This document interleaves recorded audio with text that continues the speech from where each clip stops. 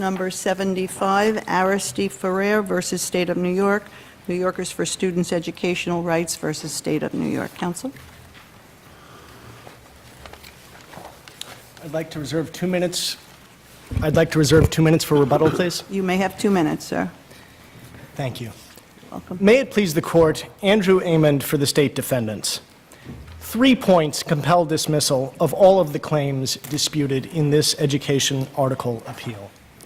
First, the First Department wrongly allowed plaintiffs to pursue claims for increased funding to hundreds of school districts where no facts about educational services are alleged, despite this Court's clear decision that defects in such services are indispensable to an education article claim. Counsel, you say disputed counts, so would that include the counts, I think it's the 4th cause of action against the city, and I think Syracuse is the other specifically pleaded?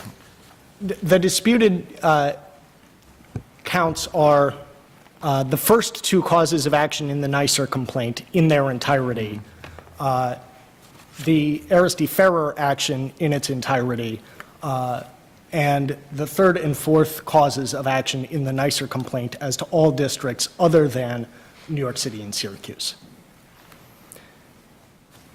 So, second, the First Department wrongly allowed plaintiffs to proceed with claims that modifications to the Foundation Aid Program automatically violated the education article and this Court's CFE decisions. Those are the first 2 causes of action in the NYSER complaint. Third, plaintiffs may not salvage their claims via their improperly raised and meritless theory that the education article allows challenges to the manner in which the legislature deliberates about school aid appropriations without any requirement to plead and prove a resulting constitutional injury. Now, starting with the first point, this Court's decisions make clear that the denial of minimally adequate educational services is the sine qua non of an education article claim, and that deficiencies in 1 or 2 districts do not provide a basis to infer deficiencies in other districts or the need for a remedy affecting other districts, let alone the entire state. CFE is a case in point. This Court there refused to extrapolate from a violation in New York City the need for relief statewide. Are there any situations, any circumstances in which a cause of action could be brought under the education article on a statewide basis, any at all? Certainly. We could imagine, for example, not that New York has anything like this, but a situation in which 10th grade education is good enough to get a state teaching license. And one could imagine claimants saying that that obviously leads to defects that are systemic. Funding claims, however, are distinct and unique. There are a few reasons for that. Funding, unlike teaching quality itself, or unlike, let's say there were essentially a meaningless high school diploma requirement, those don't go, dollars from the state do not go, they are not themselves educational inputs. They are not educational services. And because of the important element of local control. But without enough funding, you can't get, or the argument goes, right? Without enough funding, if the funding doesn't reach a certain threshold level, you can't provide the kinds of services that ensure an education within the meaning of the education article as this Court has previously defined it. Isn't that the whole point of the argument? The point that I was trying to make is that the diversity of needs, costs, and conditions in localities across the state, along with the important element of local control that is embedded in the education article itself, mean that the denial of dollars from the state is not going to have a uniform impact across districts.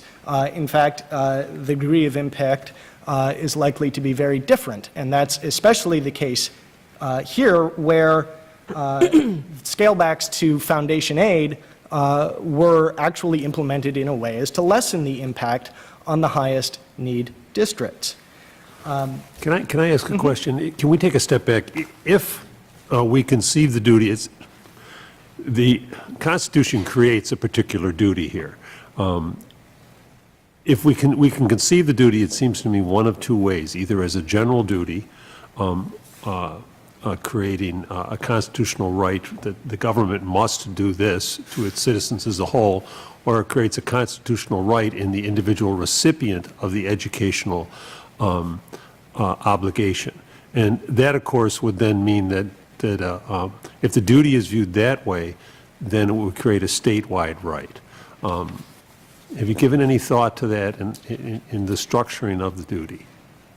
Yes, in fact, that is exactly the point that this court gave thought to in the Levittown complaint. There was an appellate division. Well, I got it from Judge Simon's dissent in the CFE 1, but I think he was quoting Levittown. I think you're right.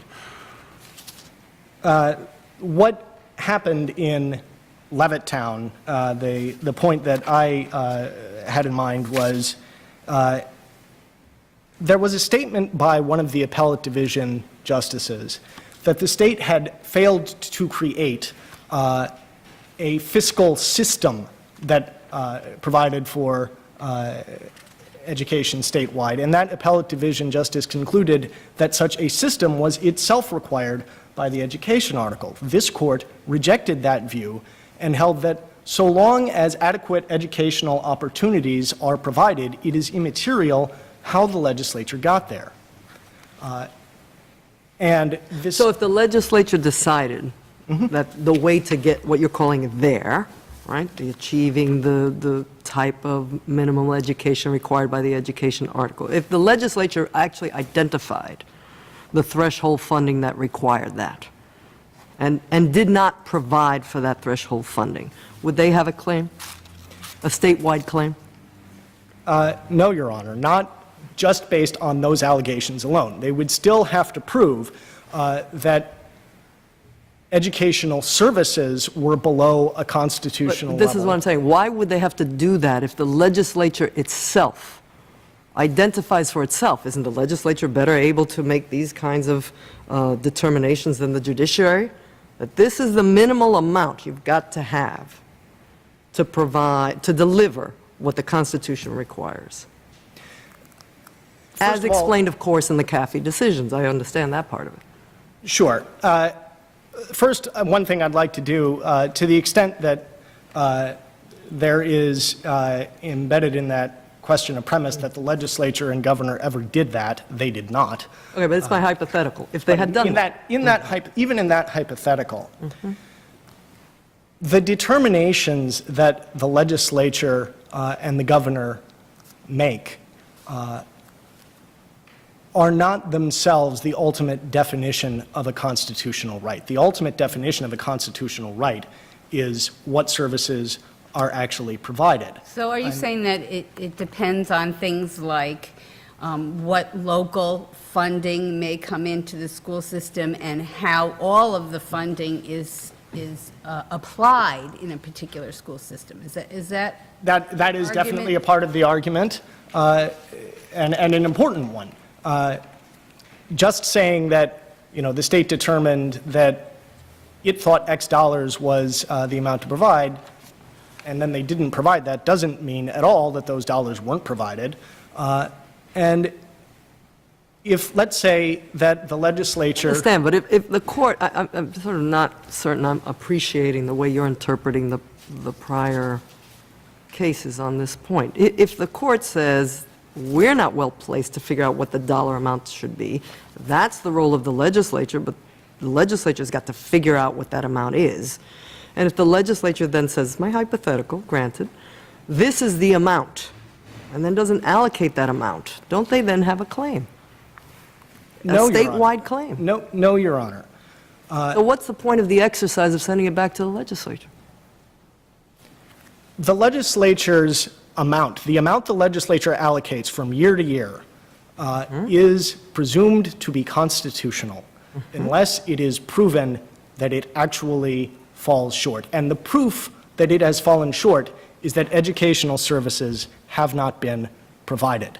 The only constitutional level of funding is not one that is determined by the legislature or an expert in the abstract or even by a court in the abstract. It is one that is determined by the services that ultimately are provided. So a lack So of then the those state is services- always open to suit. I'm sort of flipping this the other way. The state is always open to suit because they always have the opportunity to show that in some district somewhere you've fallen short. Your position, of course, is they can only sue with respect to that district. So the analysis that the state goes through is irrespective, is sort of the position I think you're taking. The analysis that the state goes through is entitled to a presumption of constitutionality unless it is demonstrated somewhere that services are in fact inadequate. And then if you don't, if the legislature doesn't then provide the funds, you still say they don't have a claim because now they've still got to show that even though the legislature decided this is the amount of funding that is required to satisfy our constitutional obligation, and then doesn't provide those funds, they still have to go in and show, okay, even though the legislature had already decided that was the amount, we've still got to go in and prove that the failure to provide the amount indeed had these consequences. Correct? Yes, That's your that is position? correct. Yeah. That's also, this also flows from the nature of the holding in CFE 3, which was itself not a mandate to fund. It was an approval of a remedial estimate, and a remedial estimate as to New York City only. And their own allegations demonstrate that New York City has received operating funds well above twice as much as many increased operating funds as the estimate endorsed by this court. And the public documents that we cite that they don't dispute show a fourfold increase.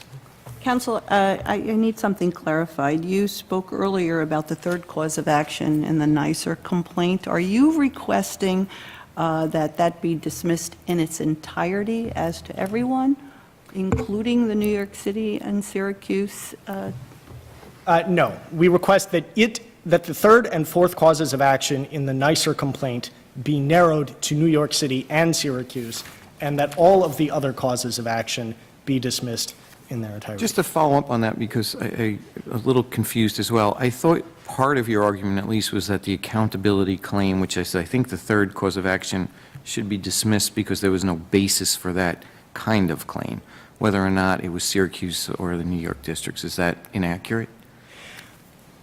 Our position on the third cause of action is that any claim based on accountability has to be, it's tied to the funding duty, so there has to be a demonstration of a violation of the state's funding duty. So if there is a demonstration of a violation of the state's funding duty, or a demonstration of insufficient services as to New York City and Syracuse, then that claim, really, it's a type of relief that could be ordered if a violation is shown as to New York City So and it's Syracuse. a remedy, it's not a cause of action, is that your position? I mean, that's what we've argued. In our view, it's immaterial. If they can't prove that educational services are deficient in New York City and Syracuse, then they can't proceed under the third or fourth cause of action. If they can prove that they were deficient in New York City or Syracuse, then the third or fourth causes of action would relate to whether the cause was a lack of funding or a lack of accountability for the funds that were provided. Thank you, counsel. Counsel?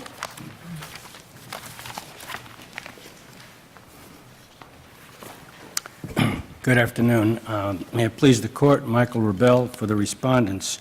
Could we start In with, the could we CFE start with that, litigation- could we start with that last point, actually? Why are your counts 2, 3, and 4 really not just one count, saying that there's a constitutional violation? You've articulated different types of proof that you might use to demonstrate a constitutional violation, but why isn't it really just one count?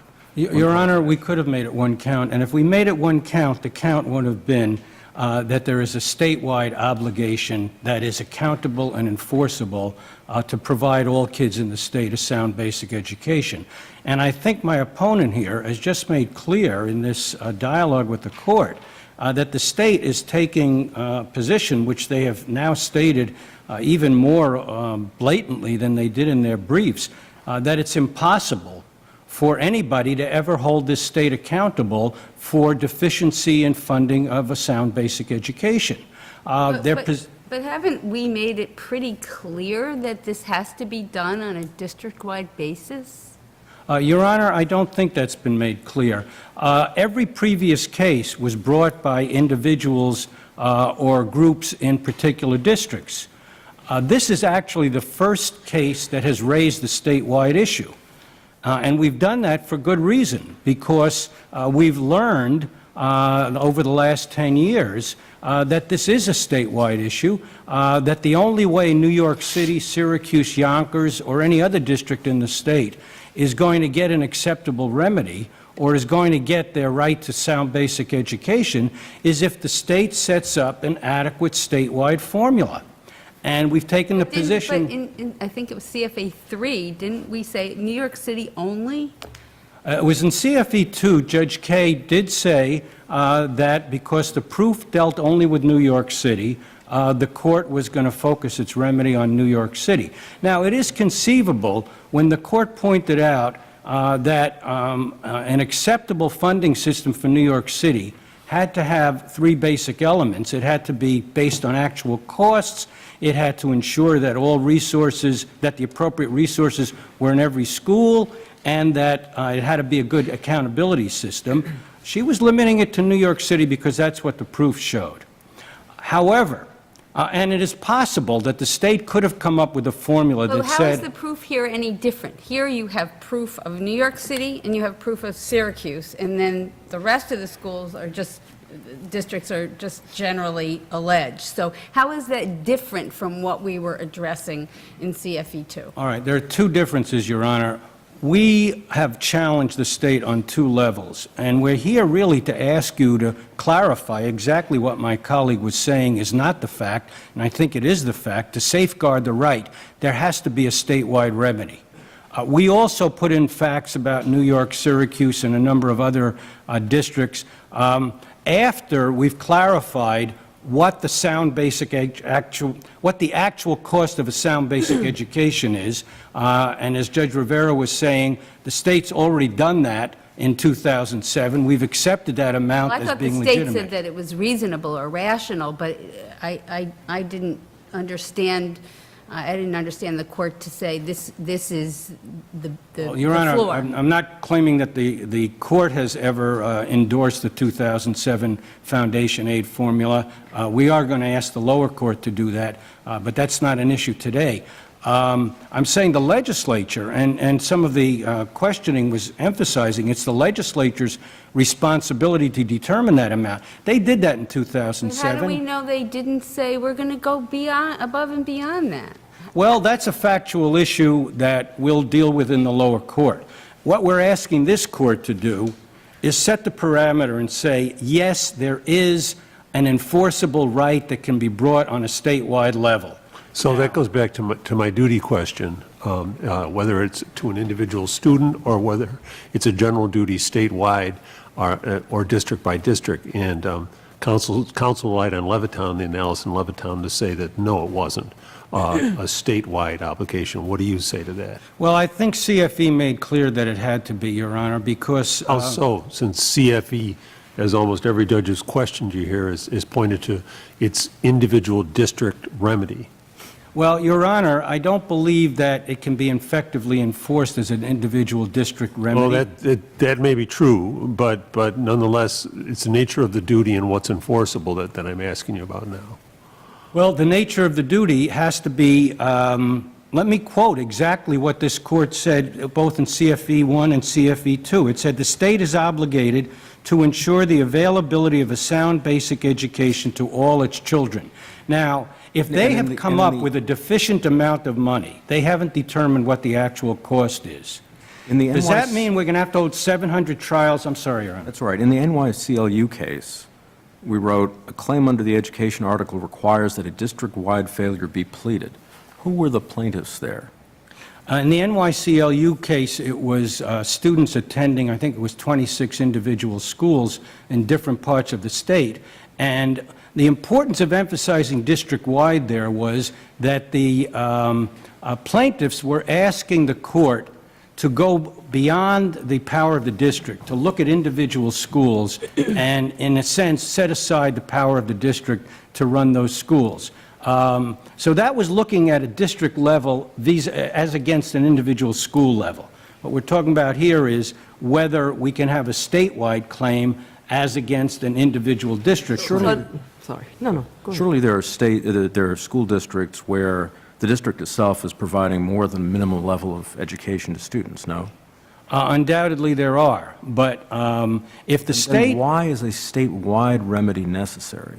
Because the state has chosen to set up a statewide funding system. And as I was going to say in answer to the earlier question, it is conceivable, and Judge Kaye may have had this in mind in CFE 2, it is conceivable as a remedy that the legislature after CFE 2 may have set up a funding system for New York City, it's 40% of the kids, and a separate funding system for the rest of the state. And then if we were looking at the remedy, we'd look at the system for New York City and whether it determined actual costs and was accountable and all the rest.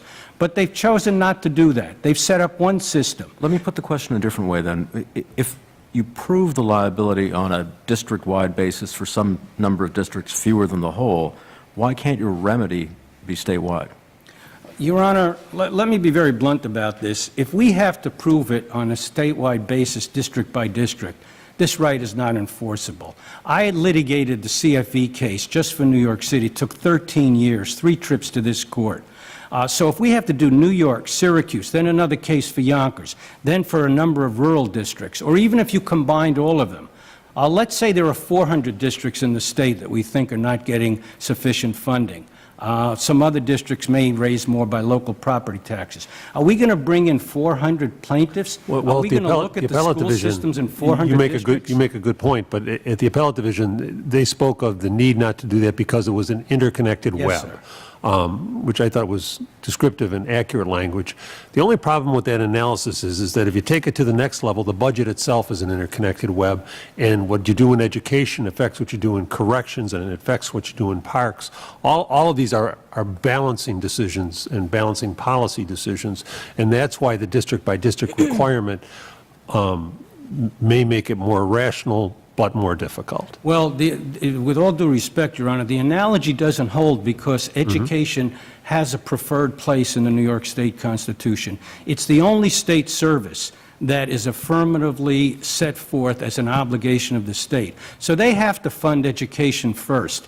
And even if it's at the expense of something else, the legislature has to fund education. And that's why having this statewide right is so important.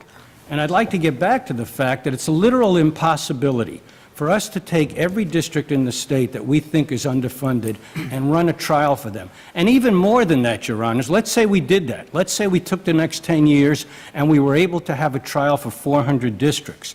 According to their logic, they could put a remedy into effect, keep it in effect for 1 year, then in year 2 say there are fiscal constraints or there's another recession or who knows what. They lower the amount, they don't fund it. If we don't like it, we've got to go into court again and prove that 400 districts have now been hurt. So it's a never-ending cycle of non-enforceability. Isn't the solution to that getting injunctive relief that is ongoing, that's continuing? Well, the injunctive relief, presumably, presumably the injunction would say that they have to come up with the actual cost at that time under those conditions, and based on the CFE precedent, and I doubt this court, as I think it was Judge Rivera was saying, would want to be involved in making that funding decision. So it would be the legislature's decision.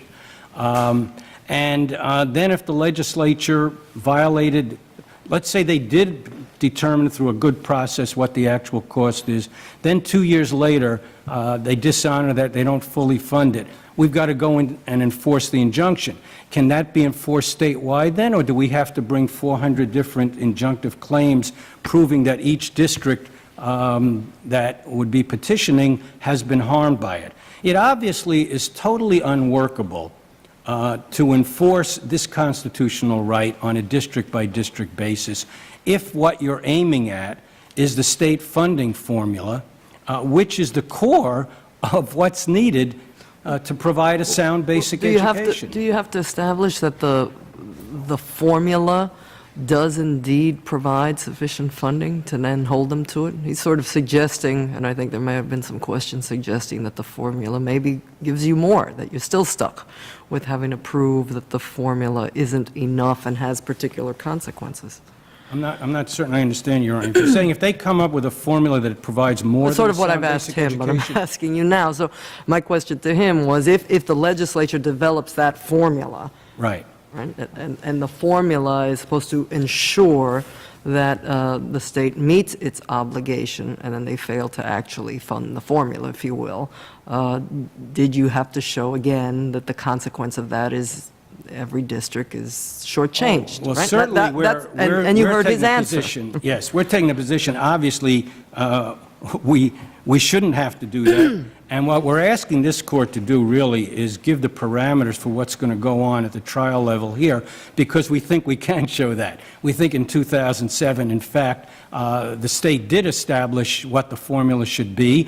We accepted that as being constitutionally valid, and they funded it for 2 years, and then they decided, because of the recession, that they couldn't. But if you take the position that the state has argued that the formula gives more, it exceeds the amount, why aren't you left with having to show that when they don't meet that higher benchmark, that nevertheless what they have provided is still not enough? Why aren't you left with still that burden? Under those circumstances, that's probably what we would have to prove, but they have a constitutional obligation, as spelled out in CFE 2, page 930, 3 guidelines. Determine the actual cost. That's the first thing. If they come up with a formula that says the actual cost is X, but we're going to give X plus Y, fine. And if they decide to stop giving Y, as long as they're giving X, there's no constitutional problem. So you want us to tell them that they have to ascertain what the bare minimum is, what the floor is, and then do at least that much? That's exactly right, Your Honor, and it's not us saying... Whether that's district-wide, which I know isn't what you're proposing, Yes. or statewide, that's what you... Yeah, that's in what- essence, this court in CFE 2... Are you taking the position we didn't already say that? You did say it. That's exactly what I was going to say, Your Honor. In CFE 2, at page 930, the 3 guidelines were spelled out by Judge Kaye very clearly. Determine the actual cost, make sure that sufficient resources are in every school, and make sure there's a decent accountability system.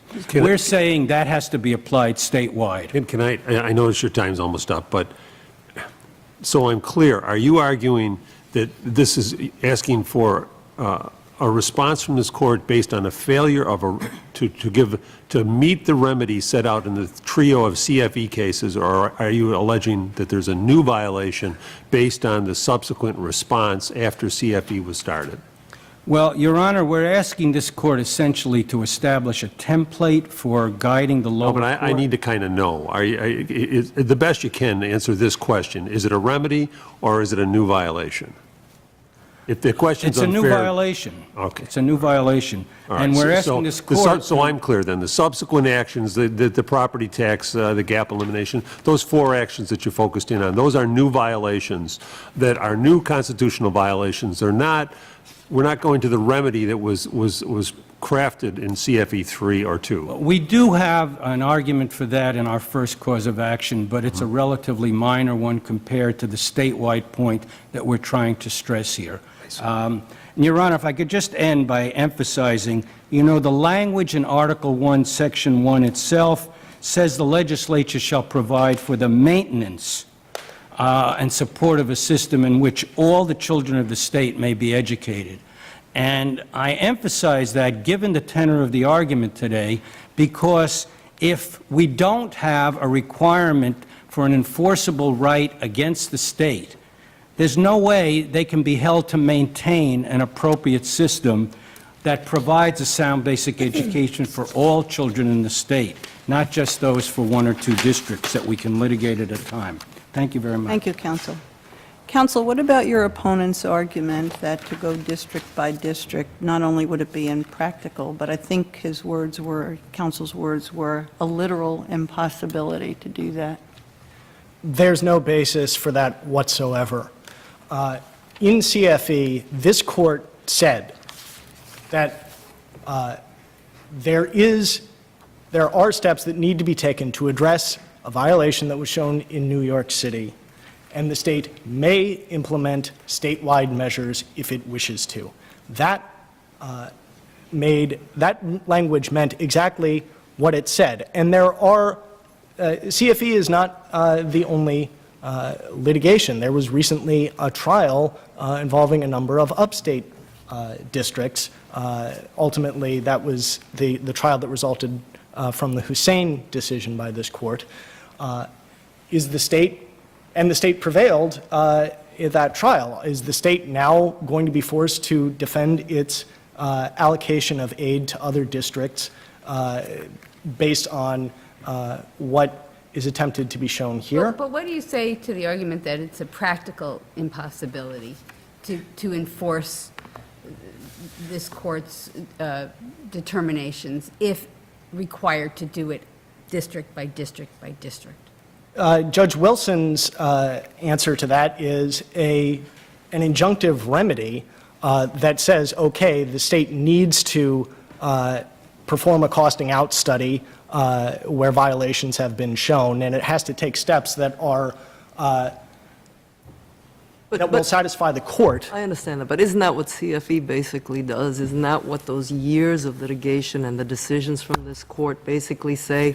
This is the state's obligation, you've got to meet that obligation, or you've shortchanged the students in the public schools, and that violates the Constitution. Go figure out the costs and make sure you provide the funds to address those costs. That is not at all what this court held with respect to any district except New York City. There has never been a proof of a constitutional violation in any district except New York Let's City. go with that answer. But if the legislature then come back and says, to do that, we're going to do it for the entire state, since our duty and obligation applies to every single district and every student in this state.